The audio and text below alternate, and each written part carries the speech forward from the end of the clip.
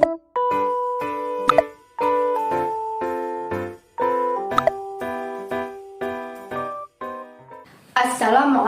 warahmatullahi wabarakatuh. Perkenalkan, nama saya Maulidia Dwi Nur Cahyani, nomor absen 15 dari kelas 11 Kimia Analisis 2. Penilaian tengah semester Bahasa Indonesia kali ini, saya akan sedikit menerangkan tentang teks eksplanasi. Oke, yang pertama yaitu pengertian. Apa sih teks eksplanasi?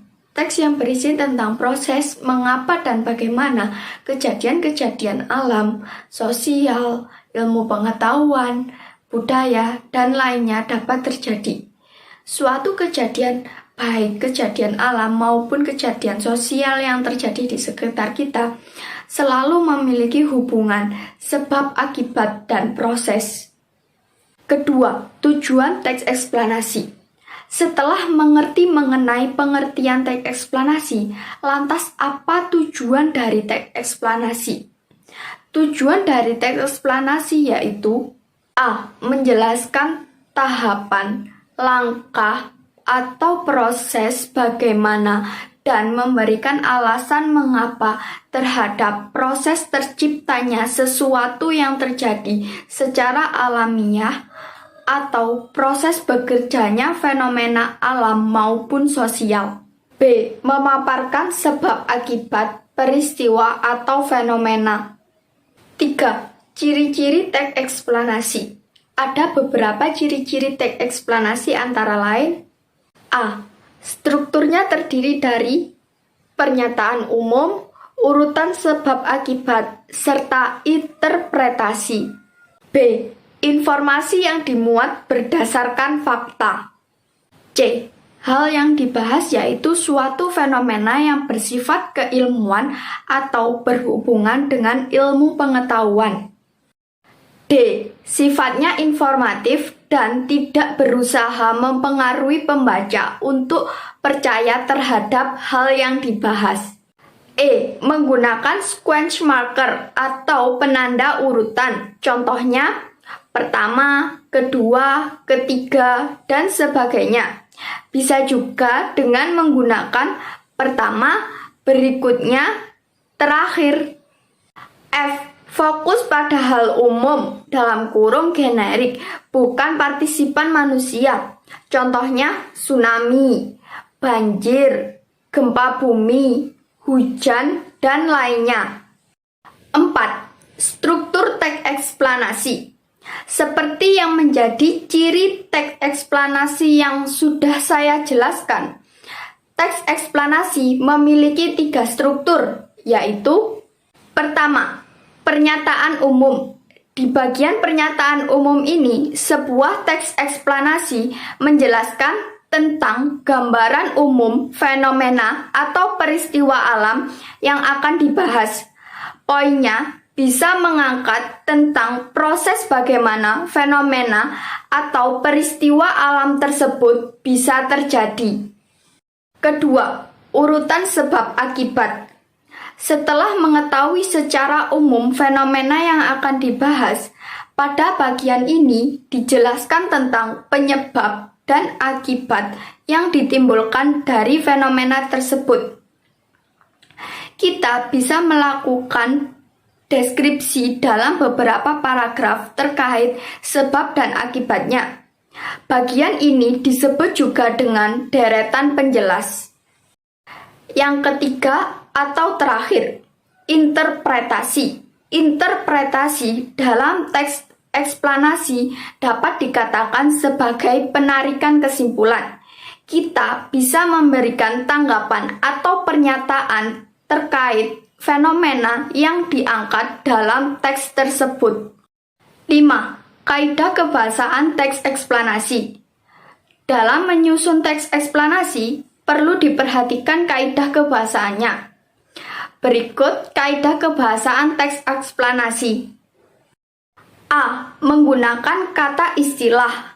Istilah yang dimaksud di sini adalah kata-kata khusus yang biasanya digunakan untuk bidang-bidang tertentu. jadi kata itu tidak umum. Misalnya, kita sedang membicarakan hutan. Istilah yang paling dekat adalah reboisasi. B. Menggunakan keterangan waktu. Contohnya, malam ini, tadi pagi, 5 tahun yang lalu. C. Menggunakan konjungsi kausalitas. Konjungsi kausalitas yaitu konjungsi yang berhubungan dengan sebab akibat. Konjungsi kausalitas pada teks eksplanasi antara lain jika, bila, kalau, karena, jadi, dengan, demikian, sehingga, maka, oleh karena itu, oleh sebab itu, untuk itu, dan agar. D. Menggunakan konjungsi kronologis. Dalam teks eksplanasi juga menggunakan konjungsi kronologis, yakni hubungan waktu terjadinya suatu peristiwa seperti kemudian, lalu, setelah itu, dan pada akhirnya. Jadi, ini menyatakan urutan kejadian. D. Menggunakan kata kerja material. Kata kerja material yaitu jenis kata kerja yang mengarah pada beragam bentuk aktivitas fisik atau anggota tubuh. Salah satu ciri paling umum dari kata kerja jenis ini yaitu praktek nyata. Dari kata kerja material ini dapat dilihat atau dideteksi oleh penglihatan.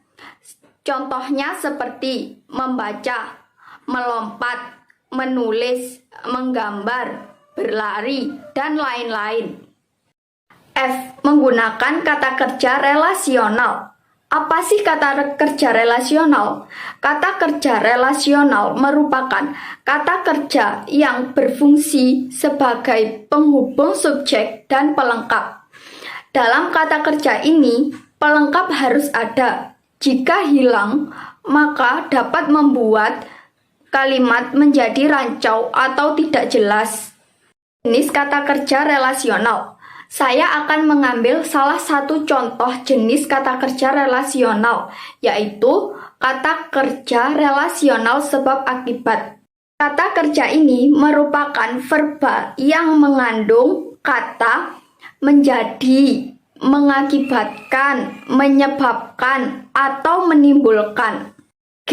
Menggunakan kata benda jenis fenomena. Dalam menyusun teks eksplanasi, seorang penulis juga harus menggunakan kaidah kebahasaan, yakni menggunakan kata benda jenis fenomena. Contohnya seperti gerhana, banjir, dan lain-lain. H. Penggunaan kata teknis. Selain menggunakan kata benda jenis fenomena, teks eksplanasi juga menggunakan kata teknis. Contoh kata teknis antara lain seperti ekosistem, fotosintesis, ekologi, dan masih banyak lagi. 6. Atau terakhir, langkah-langkah menyusun teks eksplanasi. A. Menentukan topik yang menarik. Dalam menyusun teks eksplanasi, kita perlu menentukan fenomena alam, sosial, atau budaya yang ingin disajikan. Misalnya, proses terjadinya pasang surut air laut. B. Membuat rancangan kerangka teks. Setelah menentukan topik, kita membuat kerangka teks yang berdasarkan dengan struktur teks eksplanasi, yaitu pernyataan umum, urutan sebab akibat, dan interpretasi. C. Mengumpulkan referensi. Cantumkan fakta dan data yang telah kita kumpulkan pada bagian penggambaran rangkaian kejadian atau urutan sebab akibat. D. Mengembangkan teks. Kembangkan kerangka karangan hingga menjadi teks eksplanasi yang utuh. E. Atau terakhir, menyunting teks. Periksa dan baca kembali teks yang telah kita buat. Suntinglah jika ada kalimat yang tidak sesuai atau kesalahan dalam penulisan.